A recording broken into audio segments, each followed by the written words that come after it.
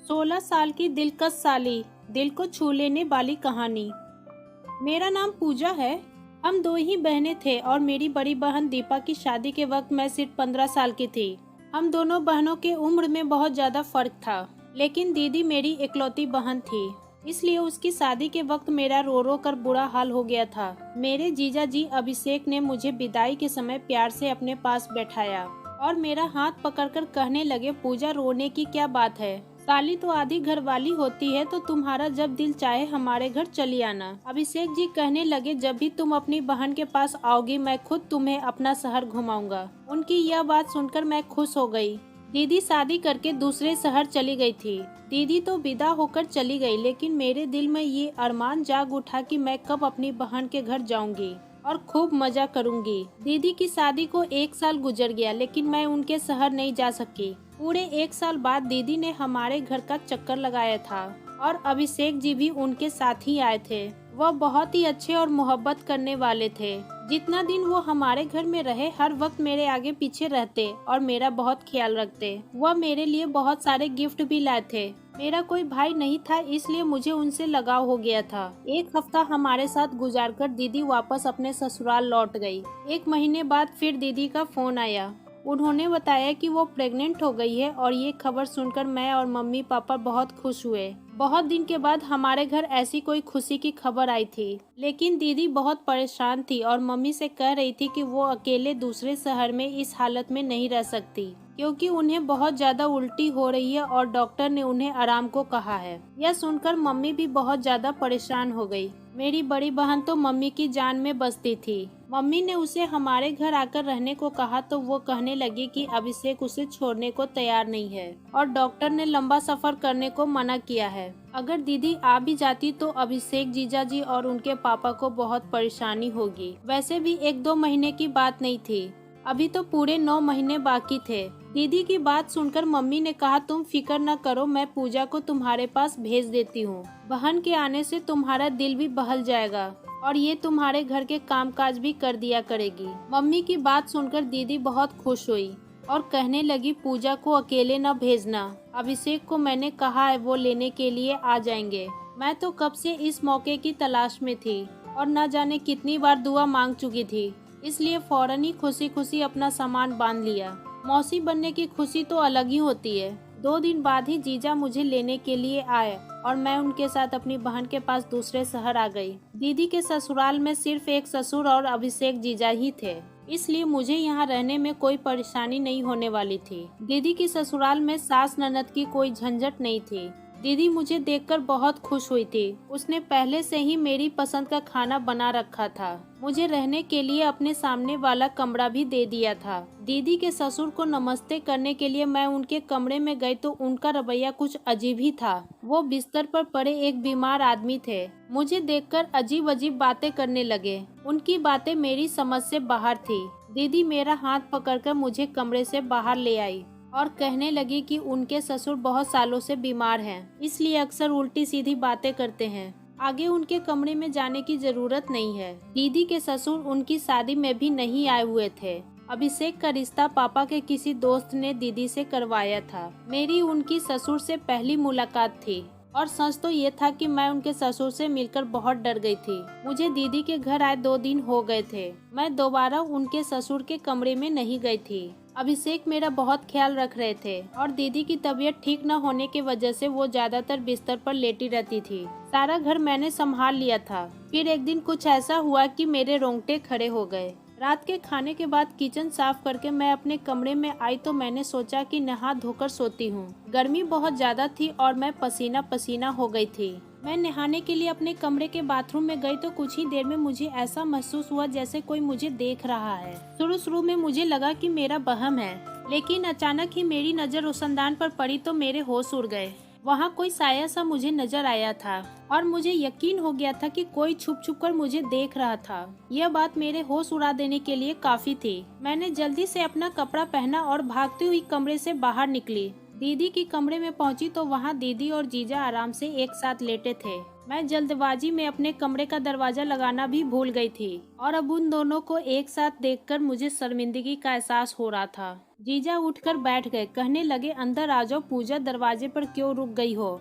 मुझे समझ में नहीं आया कि मुझे क्या करना चाहिए। मैं उन्हें कैसे बताती कि रोशनदान पर मुझे किसी का साया महसूस हुआ है। मैंने यूं ही बात बना दिया कि मैं दीदी से दूध का पूछने के लिए आई थी। दीदी कहने लगी तुम जाकर आराम करो, अब बाकी जो भी काम होगा मैं अभिषेक से कह दूंगी। मैं अपने कमरे में वापस आने लगी तो मेरी नज़र दीदी के ससुर पर पड़ी, जो बाहर लॉन से वापस लौटकर अपने कमरे में जा रहे थे। मुझे बहुत अजीब सी नजरों से देखते हुए कहने लगे तुम बहुत खूबसूरत और मासूम हो, अपना ख्याल रखा करो, किसी पर आंख बंद करके विश्वास मत करना। उनकी ये बात सुनकर मुझे गुस्सा आ गया। मैं सोच भी नहीं सकती थी कि वह मुझसे इस तरह की कोई बात कह सकते हैं। मैं घबराकर फौरन अपने कमरे में चली गई और सारी रात यूं ही जागते जागते गुजार दी। दीदी ने तो कहा था कि उनके ससुर बीमार हैं और वो कमरे से नहीं निकलते, तो फिर वो इतनी रात को लॉन में क्या कर रहे थे। ये बात बहुत ही अजीब थी, मुझे बहुत ही ज्यादा बेचैनी हो रही थी।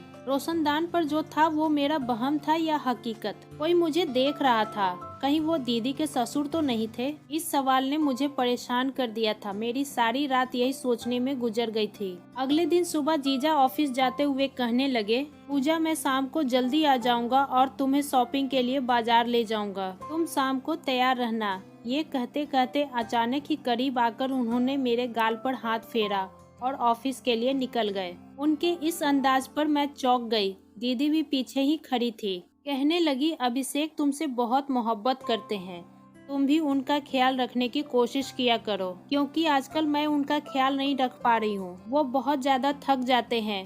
दीदी की बात सुनकर मैंने कहा आप फिक्र न करें, मैं अभिषेक जीजू का ख्याल रखूंगी। शाम को मैं अच्छी तरह तैयार हो गई तो अभिषेक मुझे शॉपिंग के लिए ले गए। उन्होंने दीदी से कई ज्यादा मेरे लिए शॉपिंग कर ली थी। मेरी ये खुशी बस कुछ ही दिनों की मेहमान है। उस रात मुझे किसी ने जोर से धक्का दिया, मैं बहुत डर गई। मुझे इस धक्के की उम्मीद नहीं थी। वह एकदम ही पीछे हटा तो मैं भागकर कमरे से निकल गई। मुझे अब तक कुछ दिखाई नहीं दे रहा था, अंधेरा बहुत ज्यादा था, लेकिन मैं दीवार के सहारे दीदी के कमरे में पहुंची। वहां जाकर मैंने दीदी को आवाज दी तो वो कहने लगी पूजा तुम परेशान न हो, अभिषेक अभी अभी लाइट देखने के लिए गए हैं। अक्सर हमारे घर की लाइट कट जाती है, अभिषेक जल्दी ठीक कर देंगे। दीदी ने अपने मोबाइल फोन का टॉर्च जला दिया था।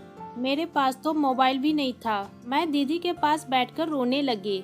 थोड़ी देर बाद लाइट आ गई। दीदी कहने लगी तुम भी बहुत पागल हो, जरा सी अंधेरे से घबरा गई हो, मेरा ख्याल कैसे रखोगी। दीदी की बात सुनकर मैंने कहा ऐसी बात नहीं है, मेरे कमरे में कोई मौजूद था इसलिए मैं डर गई थी। मेरी बात सुनकर वो जोर से हंसने लगी।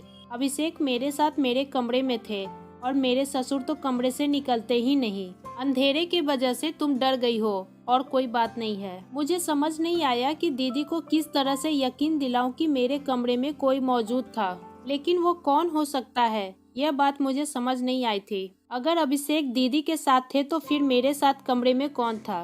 पहले रोशनदान पर पड़ने वाला नजर और अब कमरे में किसी की मौजूदगी का एहसास से मैं पूरा डर गई थी। मेरे दिमाग में रह रह कर दीदी के ससुर का ख्याल आ रहा था। लाइट ठीक करके अभिषेक कमरे में आए तो मुझे देखकर कहने लगे देखो दीपा, मैंने तुम्हें पहले ही कहा था कि अंधेरे से घबरा जाएगी, तुम इसके पास चली जाओ। दीदी जीजा से कहने लगी बहुत अंधेरा था, मैं अगर गिर जाती तो मुझे क्या मालूम था कि ये इतनी डर जाएगी। मैंने उन दोनों से कहा कि आप परेशान न हो, मैं ठीक हूँ और अब अपने कमरे में जाकर सोती हूँ। मैं दीदी को ज्यादा परेशान नहीं करना चाहती थी, क्योंकि मम्मी ने मुझे मना किया था कि डॉक्टर ने दीदी को टेंशन देने के लिए मना किया है। मैं डरते डरते वापस अपने कमरे में आ गई थी और दरवाजा लॉक करके बिस्तर पर लेट गई। नींद तो मुझे नहीं आ रही थी। मैं सोच रही थी कि किसी न किसी बहाने से घर वापस लौट जाऊं। जो भी था ये मेरा वहम नहीं था, इस बात का मुझे अच्छी तरह यकीन हो गया था। कोई मेरी तन्हाई का भरपूर फायदा उठाने की कोशिश कर रहा था। अगले दिन अभिषेक किसी काम से थोड़ी देर के लिए दोपहर के वक्त ऑफिस से लौटकर आए। उस वक्त दीदी दवाई खाकर अपने कमरे में गहरी नींद से सो रही थी और मैं किचन में खाने की तैयारी कर रही थी। अभिषेक जीजू किचन में ही चले आए और मुझे पीछे से पकड़कर अपनी बाहों में जकड़ लिया। मुझे उनसे इस व्यवहार की बिल्कुल भी उम्मीद नहीं थी। मैं हड़बड़ाकर खुद को उनसे छुड़वाने की कोशिश करने लगी। मेरी आवाज मेरे गले में ही दम तोड़ गई थी और मैं कुछ कह भी नहीं सकती थी। अभिषेक ने तो मुझे छोड़ने के बजाय और कस के पकड़ लिया और कहने लगे, तुम इतनी खूबसूरत हो, तुमसे नजरें हटाने को दिल नहीं करता। बहुत मुश्किल से मैंने खुद को उनसे छुड़वाया और किचन से भागने लगी तो अभिषेक कहने लगे कि तुम नहाते हुए भी बहुत खूबसूरत लग रही थी, मेरे मोबाइल में तुम्हारी वीडियो है। जीजा के यह शब्द से मेरी सांस रुक गई थी। मैं सोच भी नहीं सकती थी कि वो इस कदर घटिया इंसान होंगे। मैंने रोते हुए जीजा की तरफ देखा तो वो कहने लगे, मैं बस प्यार मोहब्बत की बात करना चाहता हूँ। जैसे ही जीजा ने मेरी तरफ कदम बढ़ाया, मैं भागते हुए अपने कमरे में चली गई और खुद को लॉक कर लिया। मैं डर से कांप रही थी। मैंने जीजा का जो रूप आज देखा था उससे पहले कभी नहीं देखा था। मैं तो उन्हें भाई की तरह समझती थी, लेकिन वो तो मेरे इज्जत के दुश्मन निकले थे। पता नहीं कब से उनकी नजर मुझ पर थी और मैंने गौर भी नहीं किया था। अभिषेक बस कुछ वक्त के लिए ऑफिस से घर आए थे, इसलिए वो वापस चले गए थे और मैंने सोच लिया था कि अब मैं एक पल भी यहाँ नहीं रुकने वाली। शाम के वक्त जब दीदी मेरे पास आई तो उस वक्त तक मेरी आंखें रो रो कर सूख चुकी थी। वो परेशानी से पूछने लगी कि क्या हुआ है, किस बात से तुम इतना रो रही हो। दीदी से सच छुपाया क्योंकि उनकी हालत ऐसी नहीं थी कि मैं जीजा जी के बारे में इतनी बड़ी बात बताऊं। मैंने रोते हुए कह दिया कि मुझे मम्मी पापा की बहुत याद आ रही है और मैं घर वापस जाना चाहती हूँ। मेरी बात सुनकर दीदी ने मुझे गले से लगाया और कहने लगी, इतनी जरा सी बात पर तुमने रो रो कर आंखें सुजा ली है। तुम फिक्र न करो, शाम में ही मैं अभिषेक के साथ तुम्हें वापस भेज देती हूँ। जीजा के साथ एक शहर से दूसरे शहर का सफर सोचकर मेरे रोंगटे खड़े हो गए थे। मैंने दीदी से कहा कि पापा मुझे लेने के लिए आएंगे, मैं पापा के साथ जाऊंगी। दीदी कहने लगी, ठीक है, अच्छी बात है, इस तरह मैं भी पापा से मुलाकात कर लूंगी। दीदी की बात सुनकर मैं खुश हो गई और दीदी जैसे ही मेरे पास से उठकर अपने कमरे में गई तो उनकी जोरदार चीख की आवाज आई। मैं फौरन ही दीदी के कमरे की तरफ भागी तो ये देखकर मेरे होश उड़ गए कि दीदी बिस्तर के पास गिरी हुई थी और अपना पेट पकड़कर जोर जोर से चीख रही थी। मैंने दीदी को उठाकर बिस्तर पर लेटाया और बहुत देर तक उनके पास बैठी रही। उनकी हालत मुझे बिल्कुल भी ठीक नहीं लग रही थी। मैंने दीदी से कहा कि डॉक्टर के पास चलते हैं, लेकिन उन्होंने साफ मना कर दिया और मेरा हाथ पकड़कर कहने लगी, पूजा तुम मुझे छोड़कर न जाओ, मैं इस हालत में अकेली नहीं रह सकती। आज तो तुम थी जिसने आकर मुझे उठाया और मेरा ख्याल किया है, लेकिन तुम्हारे जाने के बाद अगर कुछ ऐसा हुआ तो मैं और मेरा बच्चा ऐसे ही मर जाएंगे। दीदी की बात सुनकर मैं बहुत परेशान हो गई। बहुत मजबूरी में मैंने कुछ दिन रुकने का फैसला किया और दीदी से कहा कि आप बिल्कुल फिक्र न करें, मैं आपके साथ ही हूँ। मेरी बात सुनकर दीदी को बहुत खुशी हुई थी और मुझे गले से लगा लिया। जीजा भी वापस आ गए थे। दीदी ने उन्हें बताया कि गिरने की वजह से मेरी तबीयत बहुत खराब हो गई थी। यह सुनकर अभिषेक भी परेशान हो गए